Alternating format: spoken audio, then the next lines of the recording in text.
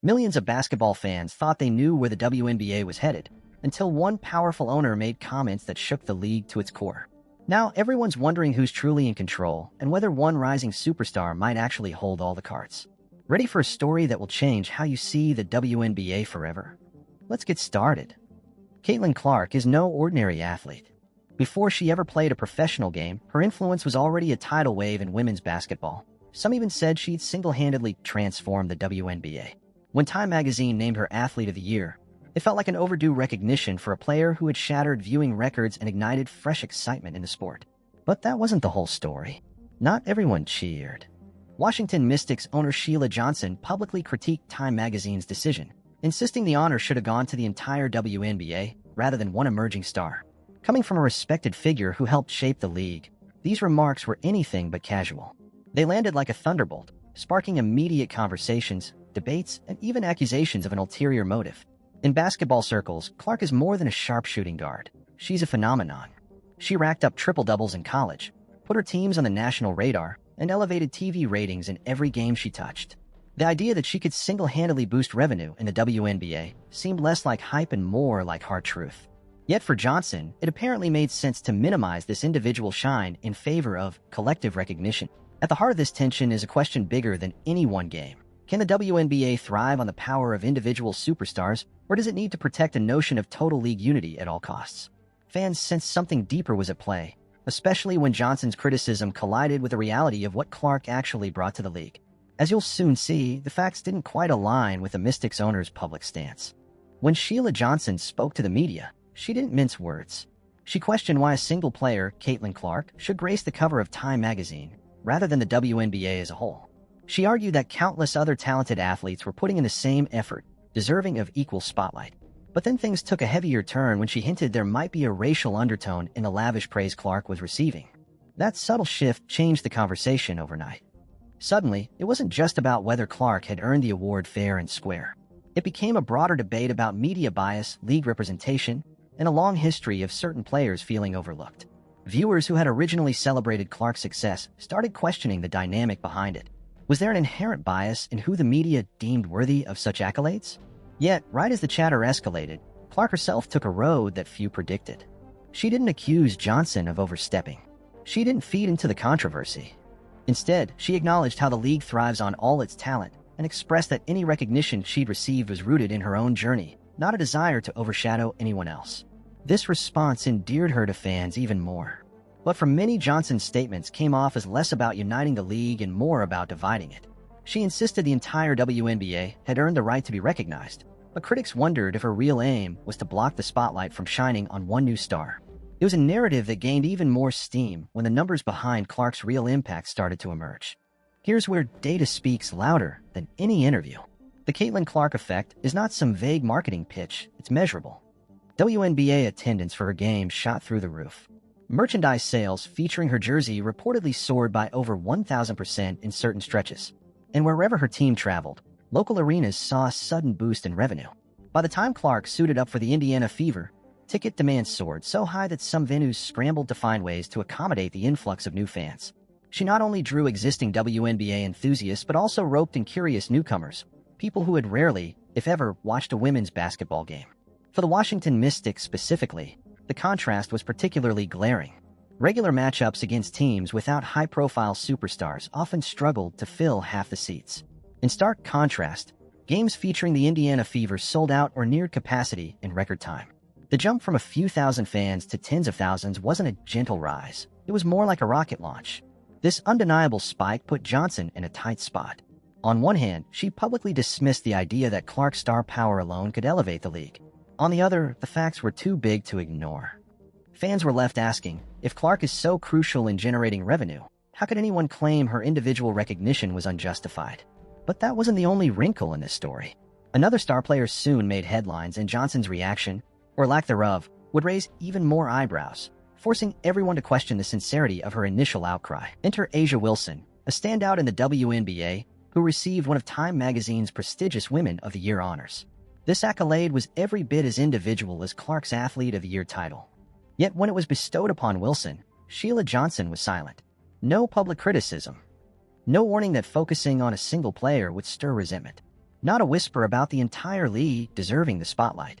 This abrupt change in tone jolted many fans. If Johnson genuinely believed singling out one player was divisive, wouldn't the same logic apply to Wilson's recognition? Why step up to criticize Clark but not Wilson? The disparity was impossible to ignore. Social media lit up with questions. Some fans tried to rationalize it, arguing maybe Johnson was only concerned about unfair coverage of newly drafted players like Clark, or maybe she saw a bigger marketing angle for Wilson. Others didn't buy it, suggesting Johnson's real motive had less to do with team unity and more to do with personal feelings toward Clark. In a league striving for solidarity, publicly singling out one star's recognition for criticism but staying silent about another's success felt like a red flag. And it wasn't long before the whispers about hypocrisy grew louder than the original news story about Clark's award. Then came the tipping point, an unmistakable sign that Johnson wasn't just showing selective outrage, she was also making moves that capitalized on the exact hype she had downplayed. It's one thing to speak against spotlighting a star. It's another to profit from them. Soon, the Washington Mystics announced a venue change for their games against the Indiana Fever. Specifically, they shifted these matchups from their usual 4,200-seat arena to a significantly larger venue in Baltimore that could accommodate nearly 14,000 spectators, a nearly threefold increase in capacity. It was a curious move, especially since no other matchups were being relocated. If Johnson truly believed the WNBA's rise wasn't about just one player, why exclusively upgrade the capacity for games involving Caitlin Clark? The answer seemed to revolve around money, plain and simple. Demand for tickets to see Clark was off the charts. Moving the game meant higher ticket prices, more seats to sell, and undoubtedly a bigger revenue haul. Fans immediately picked up on the contradiction. Just weeks earlier, Johnson had hammered home the message that one player's individual accolades were unfair to the league. Now her actions screamed the opposite, that Clark's star power was worth capitalizing on. In pure business terms, it was a smart decision. Who wouldn't want to meet skyrocketing demand with expanded supply? Yet from a moral standpoint, it looked suspicious. Was Johnson truly protecting the broader WNBA? Or was she simply frustrated that Clark alone was getting the accolades, until she realized she could turn those accolades into profit for her own franchise? The contrast was stark and hard to defend. Media outlets and fans alike began calling out what they saw as blatant hypocrisy. If the entire WNBA deserves recognition, some asked, why not move all games to a larger arena? Why only do it when Clark comes to town? Each question chipped away at the veneer of the owner's team-first narrative. As soon as the venue switch became public, social media turned into a tempest. Comments ranged from scathing critiques to sarcastic memes. So it's not just Caitlin Clark, but you're charging triple for her games, one fan posted. Others pointed out, how about giving your own team some credit? Why not expand the arena for every matchup if the WNBA is so unified? The outrage wasn't limited to fans. Certain WNBA players, though more measured, expressed confusion over what exactly Johnson's statements achieved besides sowing unnecessary discord. They recognized Clark's impact as a boon for the league rather than a threat to anyone's spotlight. After all, a rising tide lifts all boats, and a rising superstar lifts the league's profile. Some took a more sympathetic angle, suggesting Johnson might have initially wanted to stand up for under-recognized players, but ended up contradicting herself when practical business considerations came into play. Still, many felt that if unity and equity were truly her goals, she could have approached the issue differently, perhaps by praising Clark's achievements while championing additional coverage for other talented players. The fiasco also exposed a long-standing tension in the WNBA. Should the league lean on individual megastars to grow, or should it play up the sense of collective sisterhood that has often been its calling card? For better or worse, sports history shows that every great league has its legendary faces, athletes who draw in fans, sponsors, and media attention. Minimizing that star power is rarely a recipe for expansion, no matter how noble the intentions might sound. What really stung was the abrupt pivot from condemnation to cashing in. Johnson's venue switch felt like a glaring example of doing one thing in public view and another behind the scenes. And as the debate raged on, a deeper question surfaced. Was this just a clash of personalities, or did it signal a bigger leadership problem across the entire WNBA? For years, the WNBA has fought to carve out its space in the sports universe. Public interest has ebbed and flowed, but recent seasons have shown promise. New stars are emerging, some games are selling out, and TV ratings are ticking upward. That momentum, however, relies heavily on capturing casual fans who get excited by star power. Sheila Johnson's comments highlight a real dilemma the league faces, balancing the push for greater coverage of the entire WNBA roster against the magnetic pull of breakout athletes. On one hand, fans love stories of remarkable individuals who break records and challenge perceptions of the sport. On the other hand, The WNBA also prides itself on a unified front, with players often championing each other's success. Yet if league owners undercut the impact of superstars in public statements and then privately cash in on those same superstars, trust erodes among fans and players alike. Viewers want authenticity. They don't appreciate being told that an individual star isn't that important, only to watch that same star drive massive ticket sales. Some observers believe the solution is for the WNBA to unabashedly celebrate individual brilliance. Each time a young phenom enters the league, she should be spotlighted in advertising campaigns, featured in marquee matchups, and promoted in a way that fosters the next generation of fans. From a marketing standpoint, letting stars shine bright can elevate the entire league, spurring demand for all players. Meanwhile, critics argue that if the league becomes too star-centric, promising talents without headline-level fame might get sidelined by the media machine. It's a delicate balance. But as recent events reveal, claiming the league should be recognized as a whole, while ignoring or disparaging the one player generating unprecedented buzz, won't solve these concerns. Instead, it risks sowing division among supporters and stifling growth at the exact moment the WNBA seems poised for a breakthrough. It's not often that a league owner's statements create such widespread backlash. Yet Sheila Johnson found herself at the center of a firestorm precisely because her public message clashed so starkly with her own business decisions. It's one thing to criticize an award that spotlights a single player. It's another to profit from that spotlight a few months later.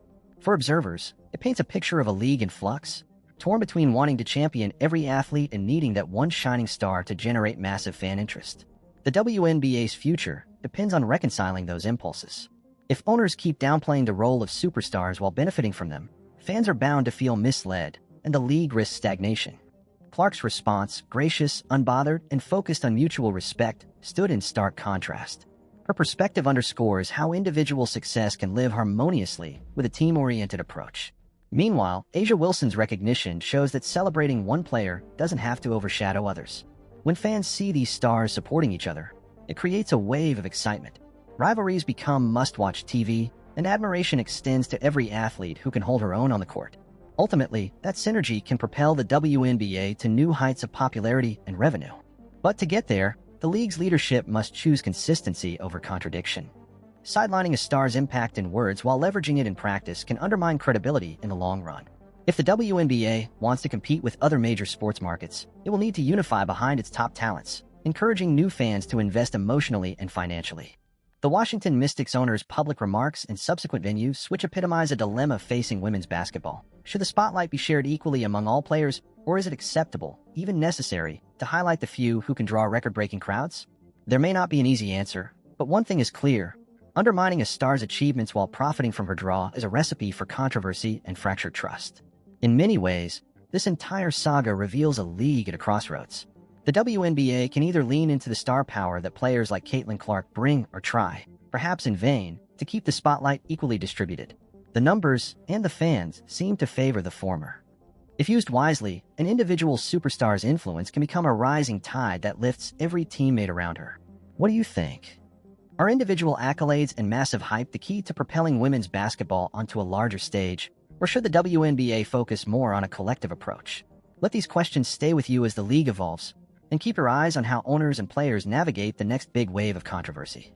After all, if this entire episode taught us anything, it's that the WNBA's future may be defined by how it handles the superstars that refuse to be ignored.